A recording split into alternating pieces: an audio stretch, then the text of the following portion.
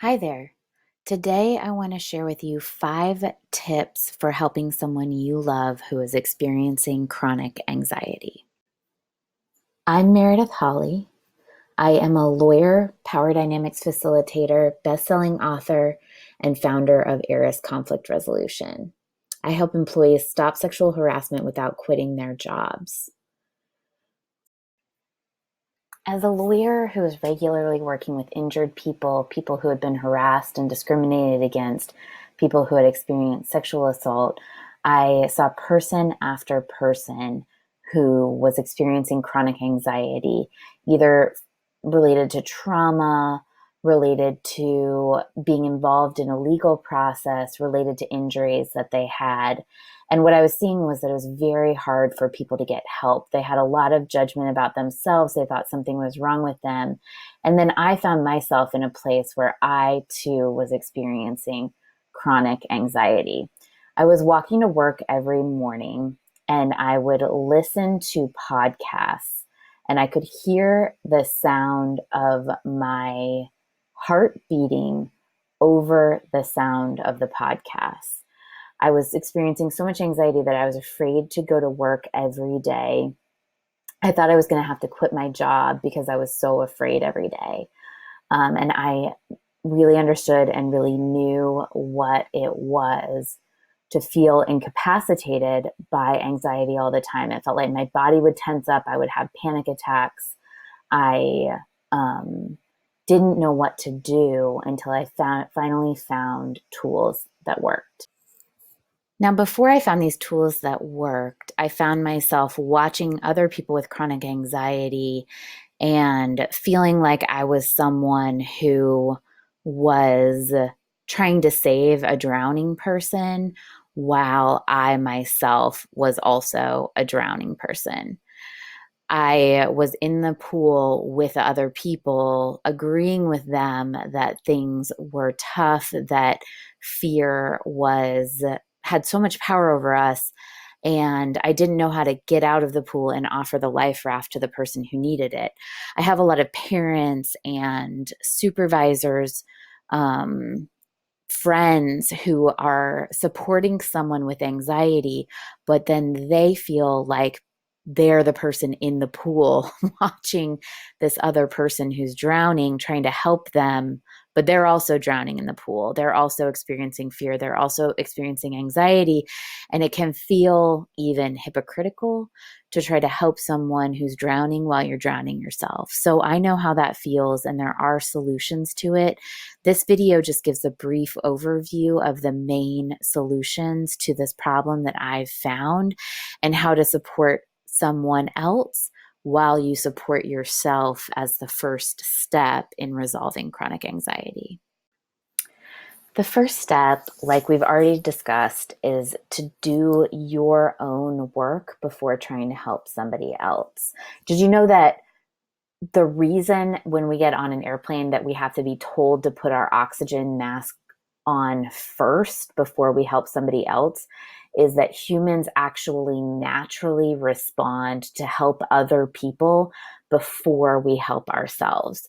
This is a generous instinct. It's not a bad thing, but the problem is that if you're helping someone else from a place of being sick yourself, of having problems yourself, of having the same problem that the other person has, it can end up being like that situation where you're both drowning in the pool trying to help each other instead of one person getting out of the pool.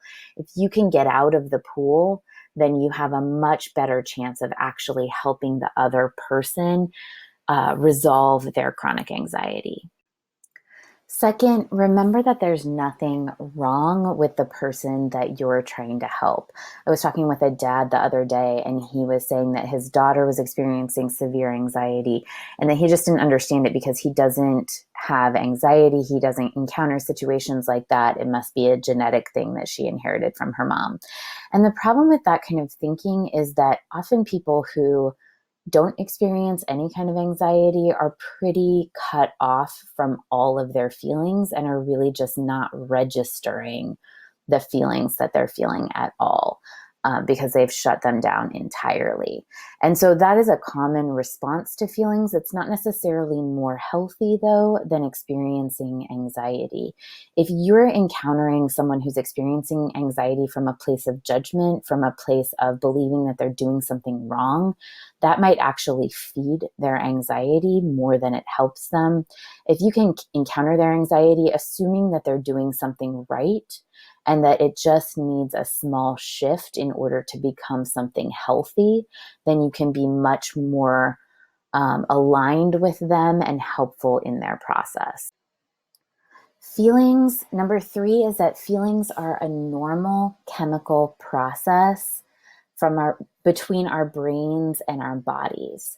So each of us has what we call a lizard brain in the back of our head. This is the same brain type that reptiles have. It's our instinctive, unconscious brain. That part of our brain is so fast. It allows us to walk without consciously thinking about it, to sometimes even drive home without remembering why we drove home. It controls so many of our processes and is amazingly brilliant. That part of our brain communicates with the limbic or mammalian part of our brain. So that's the part of our brain that all mammals have. And that part of our brain produces our feelings. It produces chemicals that are released into our body that create vibrations in our body. It's a normal chemical process to experience those vibrations. But because we're humans, we also have a prefrontal cortex. Humans have this part of our brain that create judgment, that creates stories around what's happening. So we experience a feeling that's communicated by thoughts in our unconscious brain. And then our conscious brain, our human part of our brain, creates these urgent emergency stories that something's going terribly wrong, that there's something wrong with us, that we're feeling these feelings, that we've done something wrong, that people around us are judging us, that we're being excluded, that we're in danger. And so this process creates anxiety, but it does not mean that something's gone terribly wrong. It means that our brains are working, but they need more guidance from us. Number four, anxiety happens when we resist our feelings, when we create judgments in our prefrontal cortex that resist the natural process of our bodies. That creates the anxiety that we experience. It creates that chronic anxiety that we feel consistently that doesn't process our feelings. Number five, processing our feelings reduces anxiety. So processing our feelings looks like this. It looks like paying attention to the vibration in your body that's happening, labeling it as anxiety, describing where you feel it in your body without creating the stories around why it's happening, the judgments around why it's happening, just letting it be a feeling in your body. So if you can label the feeling, pretend that you're describing the feeling in your body to a robot who has never experienced a feeling. Say, is it in your chest? Is it in your hands? Is it in your gut? Is it in your legs? Is it in your head? Where do you experience the feeling? And just labeling that without all the stories, without all of the judgments, the feelings themselves process without the additional anxiety. If you know someone who is experiencing anxiety, just know that they're not alone. I've seen clients who have come to me experiencing panic attacks every day, who then report that they're not experiencing panic attacks at all after they master this process of processing feelings. This does not take the place of medical advice, so see a doctor if they are the right person to prescribe medicine. But I have seen amazing success. I had one client tell me that now that she's not experiencing anxiety every day, she's going to write a book. She's using all that space for more creative projects, for creating what she wants in her life. If you know someone who's having chronic anxiety, we would love to help them.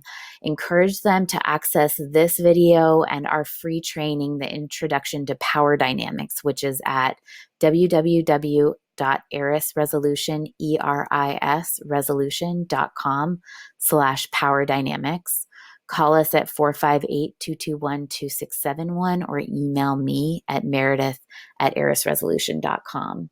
There's no reason that someone needs to experience chronic anxiety for the rest of their life. It's always possible to embrace processing feelings, even if they're painful, and to resolve chronic anxiety. We wish you all the best.